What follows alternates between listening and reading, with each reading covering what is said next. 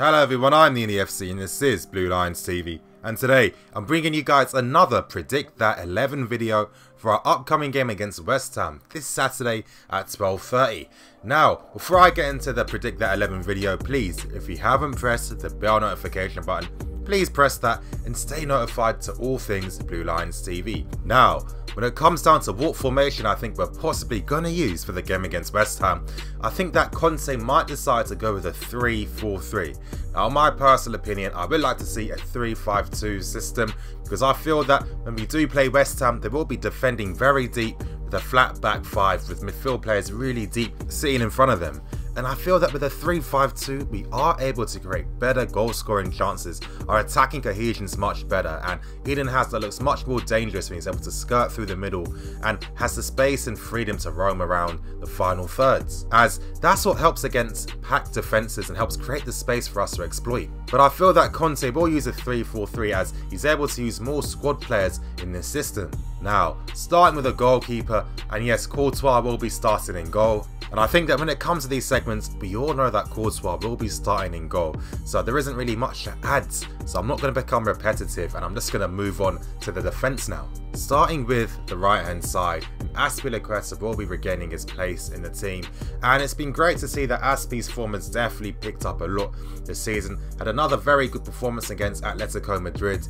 And as I keep stressing, I think that the reason for why his form's become better so far is because he's able to play a more natural defensive role where he is able to push out wide to help defend with the wing back, and I feel that that's what Azpi's best at in a back three. Do I necessarily feel that if he was to play as a traditional centre back, would he be as world class?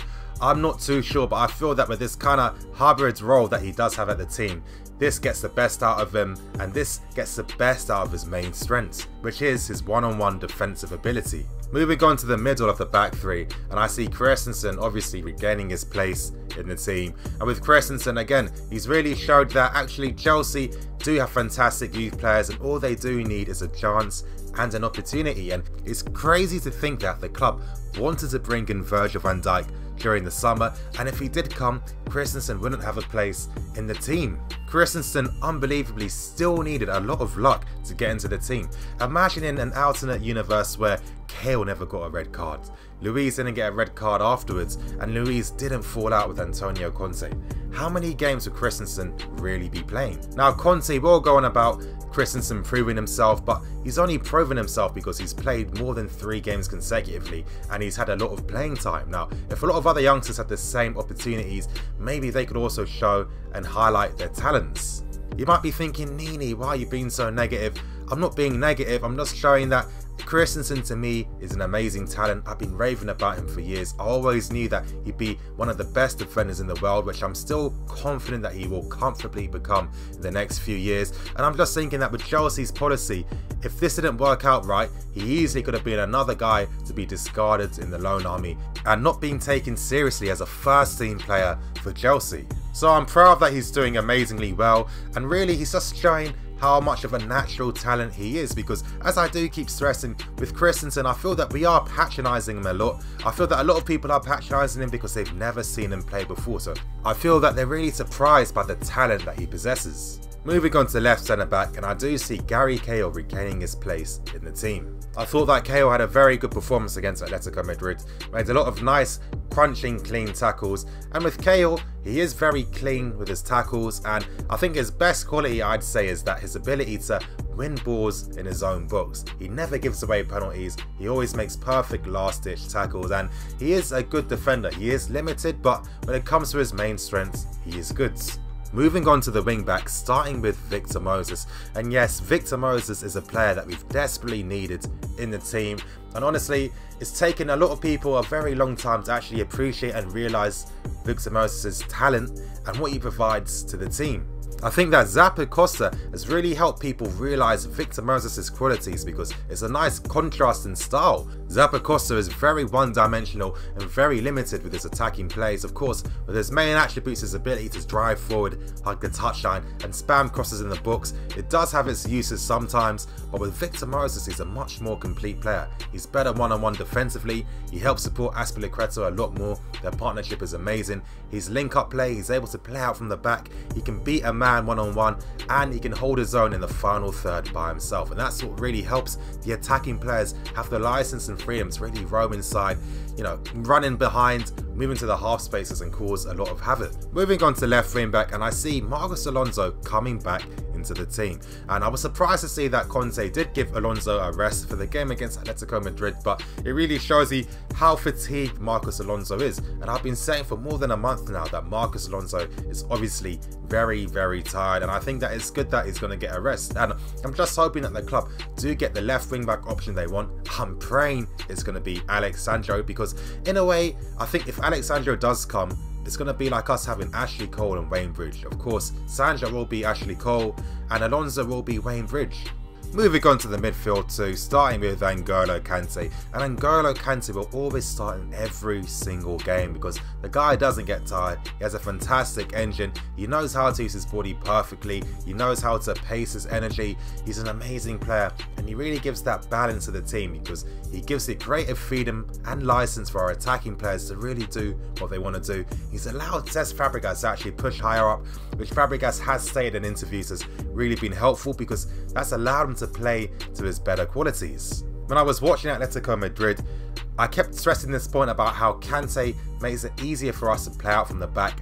Atletico Madrid were doing a lot of high pressing, they were trying to man mark Aspi, Christensen and giving space to Cahill to get the ball, but by having Kante in front of them, they have that passing outlet, and with Kante with his one touch control, second touch pass, because Kante always knows what he's going to do with the ball before he receives it, we're able to play out very quickly and very easily, and that's why we were able to constantly beat Atletico Madrid's pressing when they were pressing higher up. Now, I think that Conte will use Drinkwater in this game against West Ham to play him alongside N'Golo Kante, and finally be another game where we do see that old partnership that won Leicester City the league. Me personally, I felt that Drinkwater was very unlucky to miss out playing against Atletico Madrid, especially as I felt that his past 2 games he's been very good. I think that with Drinkwater he adds a lot of flexibility to the team because there's times where he's able to drop deeper and have that defensive partnership with N'Golo Kante. He has the ability to spray passes. It's been nice to see him have that license to roam forward and be that third man runner in the midfield, which he's shown that he can do. And honestly, I think that he's showing people that he's a very underrated player. And me personally, I've always felt that Drinkwater has been a good player and he is pretty underrated. Now moving on to the front 3, starting with the guy on the left, Eden Hazard. And Eden Hazard has been a standout player and I think he's already shown Player of the Year form. His goal tally's really increased. Playing in those central areas have really helped him. The support cast of Fabregas and Morata close to him has really helped him as they're able to spot his runs that he runs into, and I think that's what's really helping him get more goals on the score sheet. I actually released a video last night in regards to Eden Hazard and why he hasn't signed the new 300k a week contract that the club have proposed. And if you guys want to hear more information and more of my thoughts on that whole situation, then definitely watch yesterday's video. Moving on to the right hand side, and I do see Pedro regaining his place in the team. I think Conte may be thinking that with Pedro in the team, his ability to make those runs in behind, we're going to need that because we're going to be playing against a very compact and defensive West Ham. Pedro also possesses the ability to score a goal out of nothing with his great long shots, so Conte might be thinking that that type of attribute is needed for the game against West Ham. Now to end the predicted lineup, ending with the guy up front, Alvaro Morata. Now at first I was thinking that Conte might decide to use Michy Batshuayi because Morata hasn't been clinical in front of goal, but I do think that Hazard will be the reason why Conte is going to use Morata. Their link-up play is too fluid, and I also feel that Alvaro Morata does have an aerial threat that Michy Batshuayi doesn't possess, and against West Ham they're going to need him to use that type of physicality, and I think that with this game too, Hazard will be playing a lot centrally, and I feel that he will have possibilities to link up with Alvaro Morata, and I think that Conte knows that if Batshuayi is that striker, the link-up play in the final third isn't as decisive or as good. Morata has been disappointing though with his efforts. I still can't get over the fact that he did miss that one-on-one with the keeper against Atletico Madrid. Surely he should have had the composure to stink it or aim for the top corners. He didn't do that, but as I keep stressing with Morata, he is going to need a lot of time to really become that world-class type of striker. Now that's my predicted 11 that I see Conte picking for the game against West Ham. Now I'm going to show you guys the team that I would pick for the game against West Ham. Now I'm using a 3-5-2 as I feel that against West Ham, with how packed and defensive they're going to play, I feel that this is the system to really get at them. I've kept the same back three as I feel that Cahill's aerial press is going to be needed against West Ham, but in midfield I've gone for Drinkwater with Fabregas in that midfield three. I've got Alonso and Moses as the wing backs and that normal strike partnership of Hazard and Morata. But anyway you guys, I'm going to end today's Predict That 11 video. I hope you guys enjoyed it. Please like, comment and subscribe, and I keep saying this all the time. I know a lot of you guys are bored of hearing this, but if you haven't pressed the bell notification button, please press that and stay notified to all things Blue Lions TV. Anyway you guys, I'm the FC. This is Blue Lions TV. Signing out.